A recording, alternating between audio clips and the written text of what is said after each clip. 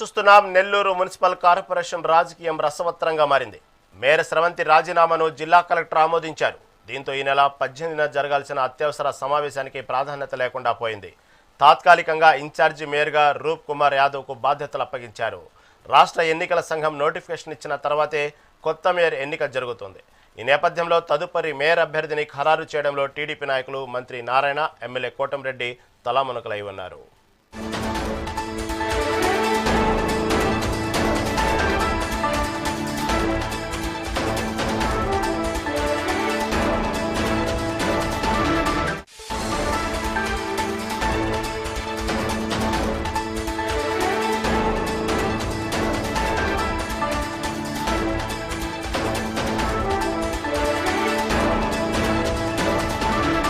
Nellore municipal corporation రాజకీయం రసవత్రంగా మారింది.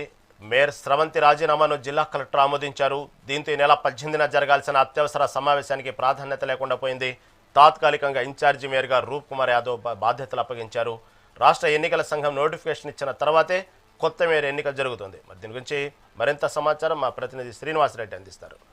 శ్రీనివాసరెడ్డి, ఎట్టకేలకు నెల్లూరు మున్సిపల్ కార్పొరేషన్ సంబంధించినటువంటి రాజకీయం రసవత్రంగా మారిందని చెప్పుకోవాలి. ఎందుకంటే మేయర్ స్రవంతి రాజీనామాను జిల్లా కలెక్టర్ ఆమోదించారు. మరి దీని గురించి తాజా అప్డేట్ ఏంటి?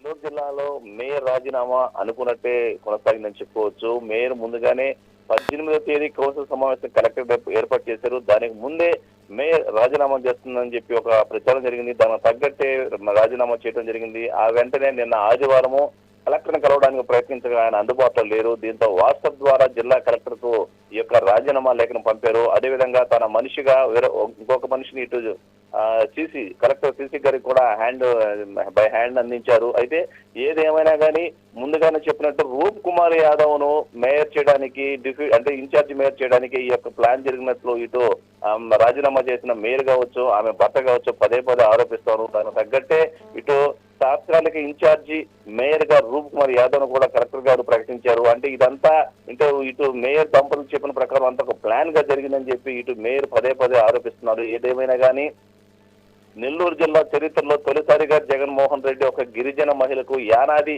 కులానికి చెందిన ఒక గిరిజన మహిళకు ఈ యొక్క మేయర్ పీఠాన్ని ఇచ్చే అవకాశం కల్పించారు. చరిత్రలో ఇంతవరకు జిల్లాలో అంతా అగ్రకులాలే ఈ యొక్క మేయర్ పీఠాన్ని అధిరోహించారు. ఫస్ట్ టైం ఒక గిరిజన మహిళ, యానాది కులానికి చెందిన మహిళను జగన్మోహన్ రెడ్డి ఈ యొక్క పీఠాన్ని అధిరోహించే అవకాశం ఇచ్చారు. దానిని కూడా ఇటు కూటమి నాయకులు అర్ధాంతరంగా లాక్కున్నారని చెప్పి గిరిజన సంఘాలు ఆందోళన చేస్తా ఉన్నాయి. అదేవిధంగా మేయర్ భర్త ఇద్దరు కూడా ఇప్పటికే దాదాపు 10 మీడియా సమావేశాలు ఏర్పాటు చేశారు. ప్రతి మీడియా సమావేశంలో కూడా మంత్రి నారాయణ, అదేవిధంగా రూరల్ ఎమ్మెల్యే కోటమిరెడ్డి సోదరులు కలిసి ఈ యొక్క కుట్ర పన్నారని, తమ కడుపు కొట్టారని, తమ యొక్క పదవిని లాక్కున్నారు బలవంతంగా అని చెప్పి వాళ్ళు ఆవేదన వ్యక్తం చేస్తా ఉన్నారు. అయితే దీనిపైన వైసీపీ కూడా ఎలాంటి స్పందన కనపరచలేదు. ఎందుకంటే మేయర్ మొదట్లో వైఎస్ఆర్ కాంగ్రెస్ పార్టీ తరఫున మేయర్ గా గెలిచింది. అప్పట్లో రూరల్ ఎమ్మెల్యే కోటమిరెడ్డి సిద్ధారెడ్డి కూడా వైఎస్ఆర్ కాంగ్రెస్ పార్టీ ఎమ్మెల్యే అభ్యర్థిగా, రూరల్ ఎమ్మెల్యే అభ్యర్థిగా ఉన్నారు.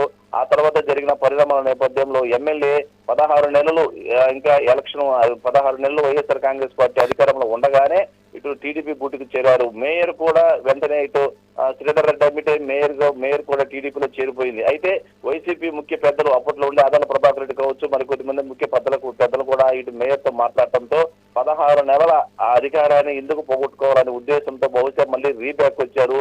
మళ్ళీ వైఎస్ఆర్ కాంగ్రెస్ పార్టీలోనే మేయర్ గా 16 నెలలు పూర్తి చేశారు. అయితే 24లో జరిగిన సాధారణ ఎన్నికల్లో కూటమి ప్రభుత్వం అధికారంలోకి రావడంతో మేయర్ ఇమ్మీడియట్ గా యూ టర్న్ తీసుకునింది. తాము శ్రీధర్ రెడ్డి అంటే నడుస్తాము, టీడీపీలో కొనసాగుతామని ప్రకటించింది. అయితే అప్పటికే శ్రీధర్ రెడ్డి ముందుగానే పదే చెప్పాడు, నాతో రావాలనుకున్న వాళ్ళు ముందుగానే వచ్చేయండి, అధికారం వచ్చిన తర్వాత రావద్దు అని గట్టిగా చెప్పాడు. దానికి తగ్గట్టే మేయర్ దంపతులను శ్రీధర్ రెడ్డి టీడీపీలోకి రిజెక్ట్ చేశాడు, రానివ్వకుండా. దీంతో అటు టీడీపీలోకి పోలేక ఇటు వైసీపీకి రాజీనామా చేశారు. కాబట్టి వైసీపీలోకి తిరిగి పోలేక తటస్థంగా ఉండిపోయారు. అయితే ఏదైతే నామ్స్ హైకోర్టు, సుప్రీంకోర్టు నామ్స్ ఉన్నాయో, ఒక మున్సిపల్ చైర్మన్ కానీ, జడ్పీ చైర్మన్ కానీ, కార్పొరేషన్ మేయర్ని కానీ ఎవరైనా కానీ దించేయాలంటే 4 సంవత్సరాలు పూర్తవ్వాలి అని ఒక జీవో ఉంది. కాబట్టి ఈ 4 సంవత్సరాల కూటమి నాయకులు సైలెంట్ గా ఉన్నారు.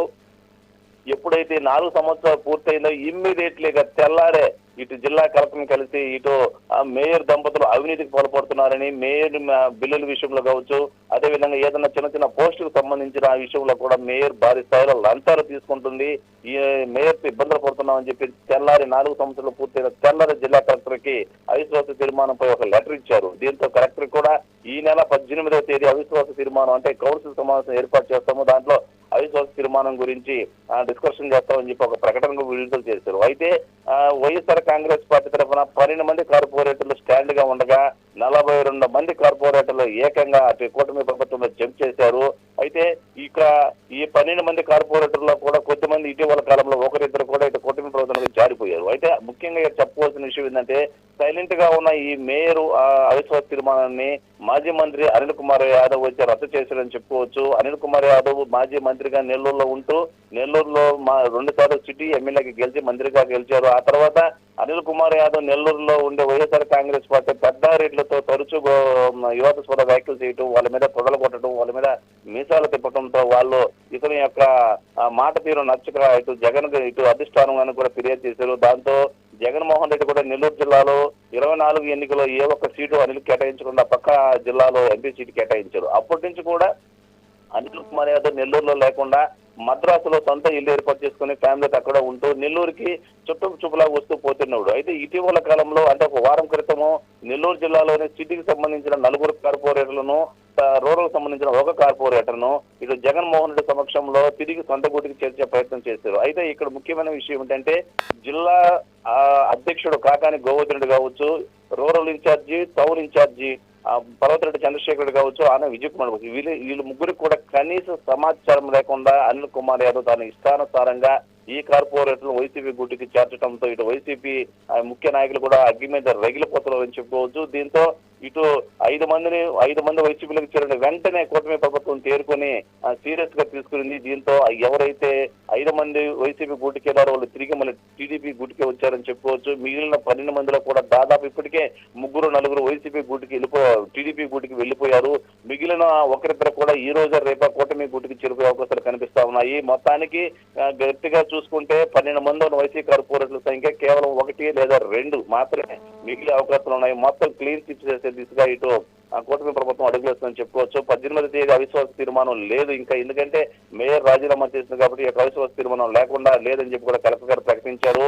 అప్పటి వరకు అంటే రాష్ట్ర ఎన్నికల సంఘం మళ్ళీ ఎలక్షన్ జరిపే వరకు తాత్కాలిక మేయర్ గా డిప్యూటీ మేయర్ గా ఉన్న రూప్మూరి యాదవ్ ను నియమిస్తూ కూడా ఇటు కలెక్టర్ గారు ఆదేశాలు జారీ చేశారు. అయితే మొదటి నుంచి కూడా మేయర్ దంపతులు ఒకటే చెబుతున్నారు, రూప్ కుమార్ యాదవ్ ప్లాన్ ప్రకారమే ఇదంతా జరుగుతా ఉంది. తమను పదవి నుంచి తొలగించి ఎలాగైనా రూప్ కుమార్ యాదవ్ ఆ యొక్క మేయర్ పీఠాన్ని అధిరోహించాలని చెప్పి ప్లాన్స్ చేస్తున్నాడని, కుట్రలు పన్నుతున్నాడని చెప్పి మేయర్ దంపతులు అంటున్నారు. బహుశా దానికి తగ్గట్టు ఇప్పుడు సూచనలు కూడా కనిపిస్తున్నాయని చెప్పుకోవచ్చు. ఎందుకంటే ఇప్పుడు డిప్యూటీ మేయర్ గా ఉన్న రూప్ కుమార్ యాదవ్ తాత్కాలిక మేయర్ గా కలెక్టర్ నియమించడంతో గతంలో ఏవైతే మేయర్ దంపతులు ఆరోపణలు చేస్తారో అవన్నీ నిజమని అనే విధంగా ఈ యొక్క ఊహాగానాలు వినిపిస్తున్నాయని చెప్పుకోవచ్చు. ఏదేమైనా కానీ నెల్లూరు జిల్లా చరిత్రలో ఒక మేయర్ పీఠాన్ని గిరిజన కుటుంబానికి కేటాయించిన పార్టీగా వైసీపీ నిలుస్తుంది. ఇంతవరకు కూడా నెల్లూరు జిల్లాలో ఎప్పుడు కూడా అగ్ర కులాలకు చెందిన వాళ్ళే మేయర్ పీఠాన్ని అధిరోహించారు. ఫస్ట్ టైం ఒక గిరిజన కుటుంబానికి చెందిన మహిళను, యానాది కుటుంబానికి చెందిన మహిళను ఇక్కడ జగన్మోహన్ రెడ్డి మేయర్ చేశారు. ఆ మేయర్ ని చేసినప్పటికీ ఇంకా కేవలం 8 నెలలు మాత్రమే ఈ యొక్క మేయర్ కి సంబంధించిన పదవీ కాలం ఉంది. 8 నెలల్లో ఎందుకు ఇలాంటి కుతంత్రాలు చేయటము, గిరిజన మహిళలు ఎందుకు ఇబ్బంది పెట్టడం అని చెప్పి వైసీపీ ముఖ్య నాయకులు చంద్రశేఖర్ రెడ్డి కావచ్చు, కాకాని కావచ్చు, ముఖ్య నేతలు కూడా ఆగ్రహం వ్యక్తం చేస్తున్నారు. ఆ మహిళ మా పార్టీ కూడా కాదు, వైసీపీ కాదు అని చెప్పినప్పటికీ కూడా ఆమెపై అవిశ్వాస తీర్మానం ప్రవేశపెట్టి పదవి నుంచి తొలగిపోయే విధంగా కూటమి నేతలు ఈ యొక్క కుట్రలు చేశారని చెప్పి కాకాని గోవర్ధన్ రెడ్డి, పర్వతరెడ్డి చంద్రశేఖర్ రెడ్డి పదే ఆరోపిస్తున్నారు. ఏదేమైనా కానీ మొత్తం మీద చూసుకుంటే నెల్లూరు మేయర్ పీఠాన్ని ఇటు రూప్ కుమార్ యాదవ్ డిప్యూటీ మేయర్ గా ఉన్న రూప్ కుమార్ యాదవ్ మేయర్ గా ఇన్ఛార్జి తీసుకుంటున్నారు. మరి ఎన్నికల సంఘం ఎప్పుడు ఈ యొక్క మళ్ళీ ఎన్నికలు జరుపుతుందా లేదా ఇంక 8 నెలల కాలం మాత్రమే ఉంది కాబట్టి కాబట్టి ఎన్నికల అవసరం లేదు. ఈ 8 నెలలు డిప్యూటీ మేయర్ రూపకుమార్ నే మేయర్ గా కొనసాగించే అవకాశాలు కనిపిస్తున్నాయి. అందుకోసం ఇదంతా జరిగిందని చెప్పి కూడా ఇటు మేయర్ దంపతులు గిరిజన సంఘాలు కూడా ఆందోళన చేస్తున్న విషయం తెలుస్తుంది. ఏదేమైనా కానీ నెల్లూరు జిల్లాలో డిప్యూటీ మేయర్ ఈ యొక్క 18వ తేదీ అవిశ్వాస తీర్మానం ఎలా ఉండబోతుందో అని చెప్పి ఒక ఉత్కంఠ నెలకొనింది. దాన్ని నిన్న ఆదివారం రోజు పటాపంచలు చేస్తూ ఇటు మేయర్ తన రాజీనామా లేఖను వాట్సాప్ ద్వారా కలెక్టర్ గారికి పంపారు. దాన్ని కలెక్టర్ వెంటనే ఆమోదించారు. దీంతో మేయర్ రాజీనామాను ఆమోదించడం జరిగింది. కాబట్టి సీనియర్ కార్పొరేటర్ గా డిప్యూటీ మేయర్ గా ఉన్న రూప్ కుమార్ యాదవ్ ను ఇటు మేయర్ గా తాత్కాలిక మేయర్ గా నియమిస్తూ కలెక్టర్ ఉత్తర్వులు జారీ చేయడం జరిగింది. Right thank you Srinivas Reddy. Thank you for update.